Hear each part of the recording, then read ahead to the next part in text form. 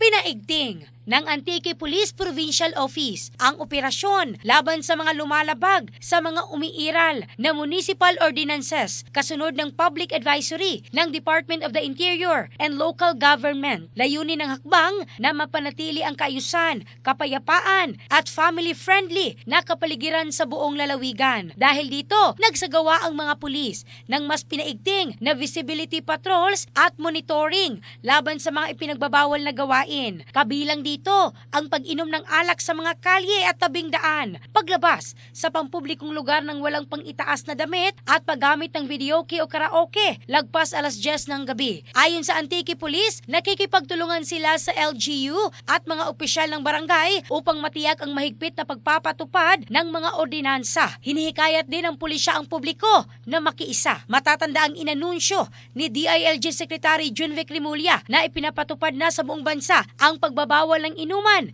sa mga pampublikong lugar tulad ng kalye. In the heart of changing lives. Ako, si Michelle Craste ng Brigada News Philippines, the Music and News Authority.